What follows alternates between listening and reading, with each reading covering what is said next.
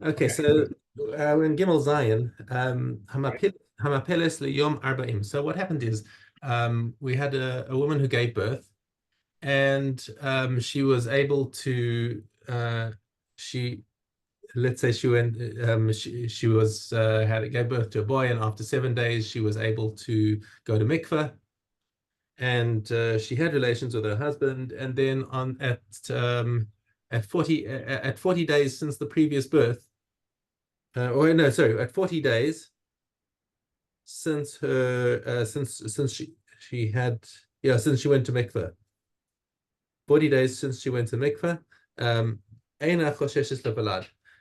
Then she does not have to worry about this blood, whatever it came out, being a birth. In other words, it's basically treated as a niddah. Um, right, Liam Arba'in Ve'echad. Yeah. Uh, right, she doesn't get birth tuma. It could only be from a niddah tuma. However, on 41 days, from 41 days on, we suspect that it could possibly be a partially formed fetus, which is from 40 days. We say it's possible that it was a birth. Teshev lezacha v'lenakeva ulenida. So all the chumras of boys, of girls, and of nida all apply to her, because we're not sure what this blood was that came out of her. Rabbi Yishmael Omer, Yom 41 teshev lezachar ulenida, Yom 81 teshev lezachar ulenakeva ulenida. He says, so Rabbi Yishmael says that he has an interesting view that boy fetuses are formed after 40 days and girl fetuses are formed after 80 days. Okay, interesting. And therefore he says you don't have to worry about it being a girl in the if it was in the um, Right. first day. So you don't she doesn't have to keep 14 days of tumah. Um, but after 81 days, then if it's on the 81st day, then she has to be choshesh for a girl as well. There you go. He says it out explicitly. Chachamim omrim echad brias hazacha ve'echad brias hanekeva ze v'ze la'arvim ve'echad. They say no, that's not how it works.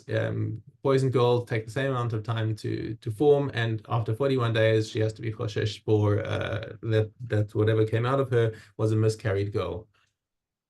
Okay. Daled Aleph.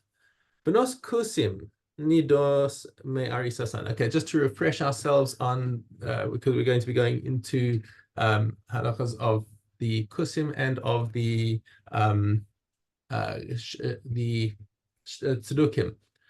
So the kutim, also known as Samaritans, were converts of a sort, right? When Bnei Israel came back from Babel, well, Sancheiriv had this whole thing of mixing around nations, so that he felt that that was a good way to prevent people from uprising, because if they feel that they're on their land and they feel like, we're the home team over here and we're going to kick out the invaders, but if you transplant them to somewhere else where they're strangers, then they lose that connection Strength. to the land, and they feel like, okay, whatever. So it's a way of keeping order. So he would mix up all the nations. So he planted a bunch of people into after he wiped out the northern kingdoms. He planted a bunch of people from wherever, and they became known as the Shomronim or the Kutim. And they found themselves in this land where they were being attacked by lions all the time, and they thought, oh my goodness, the gods of this place are strong. And so they decided, we'd better take on the religion of whoever lives here. And they said, who lives here? The Jews. Fine, we'll take on Judaism. We'll take on the Torah, and we'll take it on in spades, right? So they took on, and initially they were accepted as converts because they were very strong and very very from about keeping everything that was written in the Torah shebichtav. Torah Shebal Peh, not so much, and they didn't really listen to Chazal, and it became historically a whole debate as to whether they should be treated as Jews or not. And during the time of the Mishnah, they were still accepted as Jews. In a later generation, somebody got up and said, forget about it. These people are not Jewish, were never Jewish, and they didn't accept it properly in the first place because they were still they were if you found them worshiping some idol of theirs en masse and said, forget it, these are not Jews. Okay, that's the Kutim. Then there's the Tzedukim. The Tzedukim were unquestionably Jews, but they were just Reform Jews. Right. They also took on this like whenever anyone takes any issues, they always take it on with the rabbinic Judaism, and they always say, oh, we believe what's written in the written Torah, but we don't believe what's in Torah Shebal Peh. Okay, so that's kind of a standard line that's been going back for centuries, and the Tzedukim were kind of an apostate branch of Jews, but there was no question that they were Jewish. Okay, so looking at the Kusim, the Benos Kusim are called Nidos Me Arisasan. So the Mishnah is nonetheless accepting that they are Jewish because they have Tumas Niddah. Non-Jews do not have Tumas Niddah. Okay, so why are they making even baby girls born to Kutim? We treat them as if they're Tamei Niddah. In other words, if you put them on a bed, the whole bed is going to become Tamei as a midras.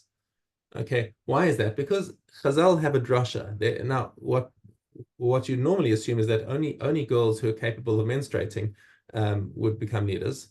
However, Chazal ruled that that even if a girl who's premenstrual has to bleed from those parts, we treat it as if it's a niddah, and you've got to be machmir on it just to be safe. Okay. So, and the Kutim did not listen to Chazal.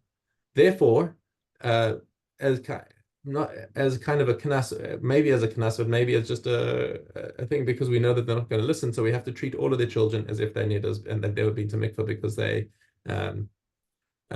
because they wouldn't listen if they had become tamei. Okay. But Kusim metamim mishkav tachton ke'elyon mipnei shein bo alei nidos. And the Kusim are themselves are treated as male niddas. Basically, they cause tumas midras because they have relations with their wives who are niddas because they don't listen. Again, they don't listen to Chazal about what the rules are of Niddah, and therefore they wind up having relations with their wives during the time of Niddah, which transfers the Tumah of Niddah onto them. The Hein Yoshvos al kol dam v'dam, and it's actually because of a chumrah that they have that this comes out. Why?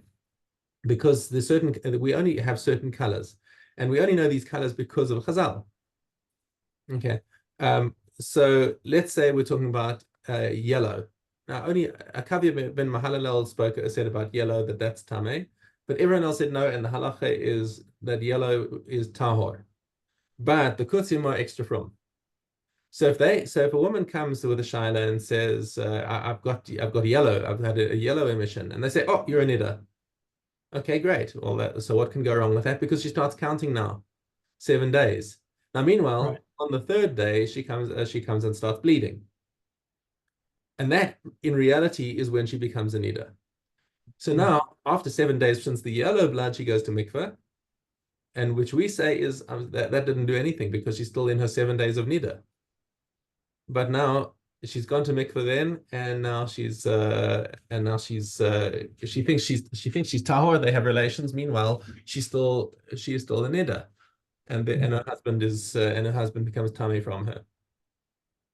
Okay, this is a good example of where a chumrah becomes a kula. Okay, however, if somebody becomes tamei from a kusi, and then they come into the base of mikdash, we're not mechayev them a korban, because the fact that we paskin this on the kusim is a drabanan. It's a chumrah, a knas, whatever it is, but it's not because we know we don't have a vadai tuma on them. It's because of suspicion. Okay, and we also won't burn truma if they touch it. So they only ruled tamei because of safek, and therefore we don't burn truma, and we won't punish somebody who went into the mikdash tamei from them. Now we switch to the Tzedukim. Benos Tzedukim bisman shenahagu leleches bedarchei avoseihen harehen kekusios. So if they carry on in their family traditions of being Tzedukim and not really listening to Chazal, so then they are treated as Tzedukim, and we don't trust them on all the halachas that we don't trust Tzedukim on. Which is basically anything that's got to do with Torah Shebal Peh.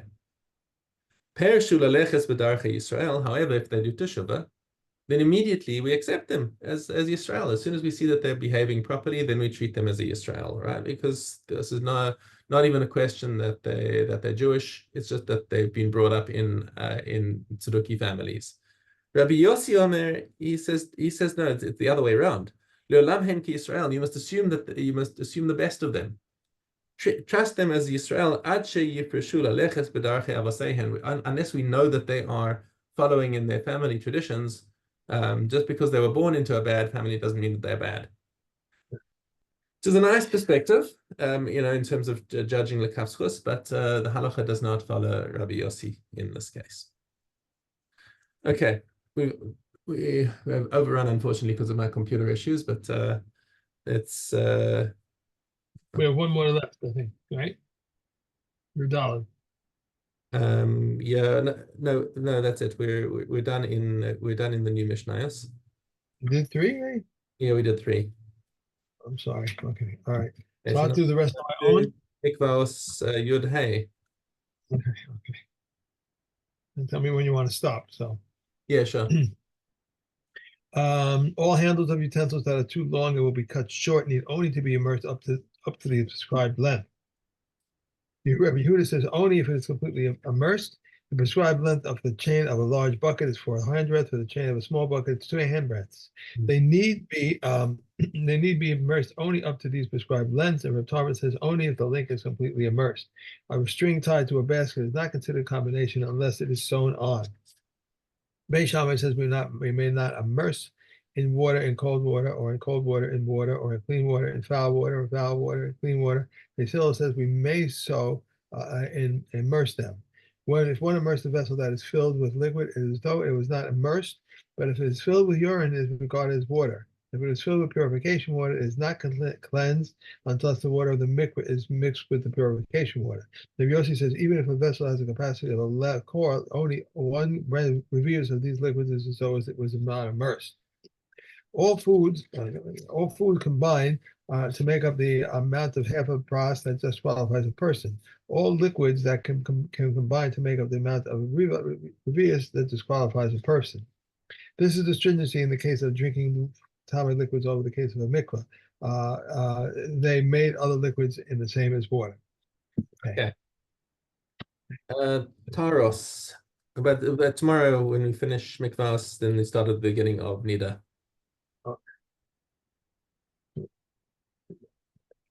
So beginning of Niddah again. Okay. Daled. If one left his house open and found it open, locked and found it locked, open and found it locked in his tahor. Locked and he found it open, but may rules of tummy, but the sages rule of tahor, or they were leaves, or they changed their mind and went on their way.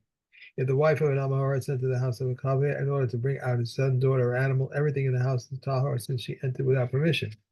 They stated a general rule concerning taharos, and any item designed as food, designated as food for a human is the tame until it becomes unfit, even as food for a dog. But any that is not designated as food for a human is tahor until it designates it for a human. How so? If a pigeon fell into a vat and he intended to bring it up for a Gentile, it's tame. For a dog to make it is tahor. The Milkan Abinori rules a tame, and the deaf mute who is mentally deranged or a mind that has intent, it is tahor.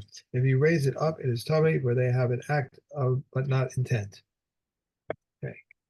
And Nagayim. Hey, a person may examine any Nagayim except for his own. Reb Meir says also not the Nagayim of his relatives. A person may annul any vows except for his own, and Reb Yehuda says only not the vows of his wife that are between her and others. A person may examine any firstborn animals except for her own. Everyone becomes tummy from the Nagayim except for Gentiles and a resident alien. Everyone is qualified to examine the Nagayim, but declaring two more tahar is in the hands of the Kohen. And I say to him, say tummy, and he says tummy. Say tahar, he says tahor. Two Nagayim are not examined simultaneously, whether they're one person or two people. Rather, the Kohen Cohen examines one nega and declares it confined, confirmed as tahor, and then examines the second nega. We do not confine someone who confined, nor do we confirm someone confirmed. We do not confine someone confirmed, nor do we confirm someone confined. However, initially or at the end of the week, when the Kohen confines the first nega, he may confine the second nega. When he confines the first nega, he may confirm the second nega. When he confirms the first nega, he may declare the second tahor. When he confirms the first, he may declare the second tahor.